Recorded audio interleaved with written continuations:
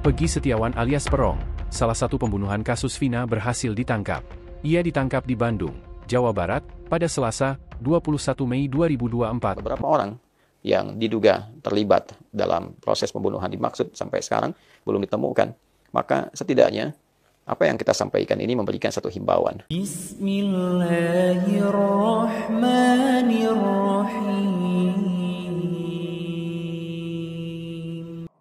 Assalamualaikum warahmatullahi wabarakatuh.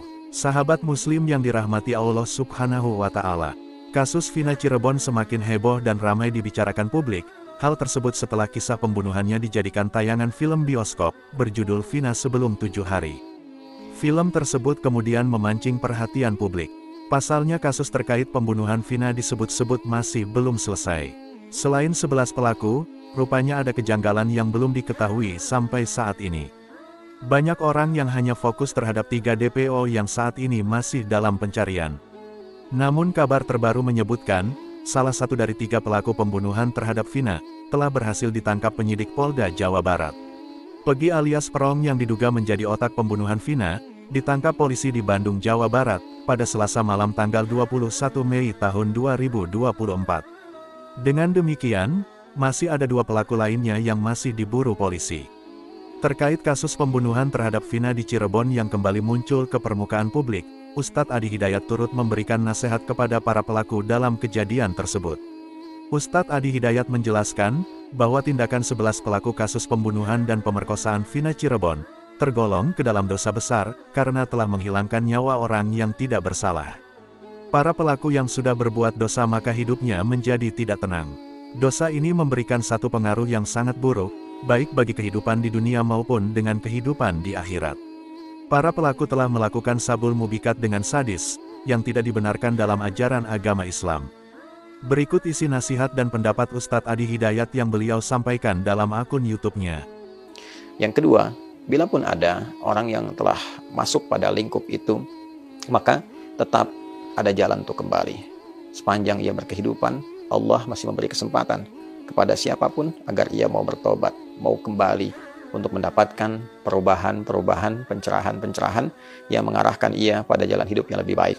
Quran surah ke-39 misalnya, Az-Zumar di ayat 53, ketika Allah berfirman, "Qul ya ibadiyalladzina asrafu ala anfusihim, la taqnatu min rahmatillah. Innallaha yaghfiru dzunuba jami'a." Muhammad SAW katakan, sampaikan, viralkan pada seluruh hamba-hambaku. Duhai hamba-hambaku, Allah langsung memanggil. Duhai hamba-hambaku yang telah berbuat dosa yang begitu berlebihan. Israf, berlebihan dalam berbuat dosa. La taqnatu min rahmatillah. Jangan putus asa dari rahmat Allah subhanahu wa ta'ala. Allah memberikan kesempatan untuk kembali memperbaiki diri. Membuka lembaran hidup yang lebih baik. Memperbaiki keadaan yang sebelumnya bahkan berada dalam kondisi yang gelap.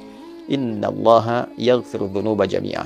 Sungguh Allah akan mengampuni seluruh dosa-dosa yang pernah dikerjakan itu bila pelakunya mau kembali bertobat, mengakui, menyesali, berkomitmen untuk merubah diri.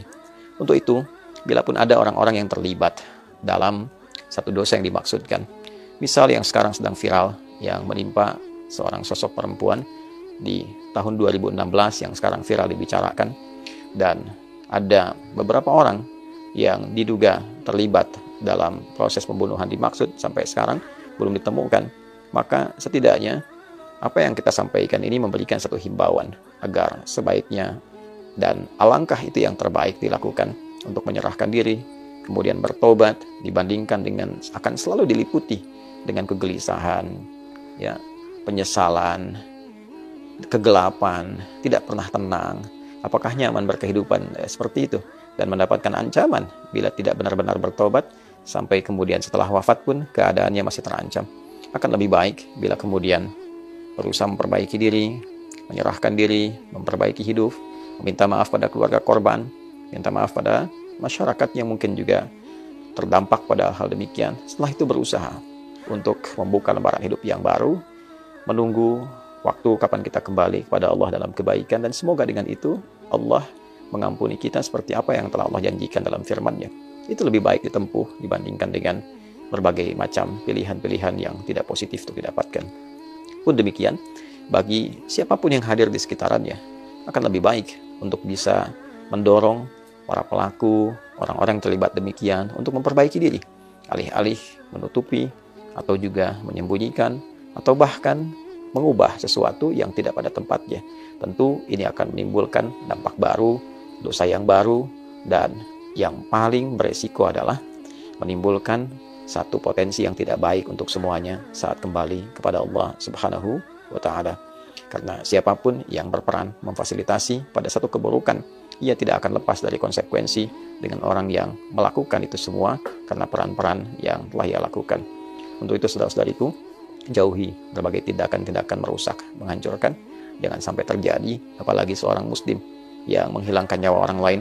Dan bila pun ada yang terjadi hal yang demikian, segera bertobat, segera perbaiki, segera kembali pada jalan yang benar. Dan semoga Allah melindungi kita, melindungi bangsa kita, melindungi negara kita, merukunkan, memberikan kedamaian, dan meridhai kita semua sebelum kita berpulang kepadanya. Dalam surat An-Nisa ayat 93 disebutkan, siapa yang membunuh seorang mukmin dengan sengaja, balasannya adalah neraka jahanam. Dia kekal di dalamnya, Allah murka kepadanya, melaknatnya, dan menyediakan baginya azab yang sangat besar. Dari ayat tersebut, Ustadz Adi Hidayat menyayangkan para pelaku telah memutus harapan, dan mengubur nilai kehidupan manusia akibat dari perilakunya, menghilangkan nyawa seseorang dengan sengaja. Meski demikian, Ustadz Adi Hidayat berpesan, agar para tersangka khususnya pelaku yang masih buron, agar segera menyerahkan diri dan bertaubat. Hal ini mengingat Sang Pencipta Maha Pemaaf bagi manusia yang mengakui kesalahannya, meski sudah melakukan tindakan pembunuhan kepada almarhumah Vina. Sepanjang ia berkehidupan, Allah masih memberi kesempatan kepada siapapun agar mau bertaubat, mau kembali untuk mendapatkan perubahan-perubahan, pencerahan-pencerahan, yang mengarahkan jalan hidup yang lebih baik. Semoga video ini bermanfaat bagi kita semua dan menambah tingkat keimanan kita kepada Allah Subhanahu wa Ta'ala. Wassalamualaikum warahmatullahi wabarakatuh.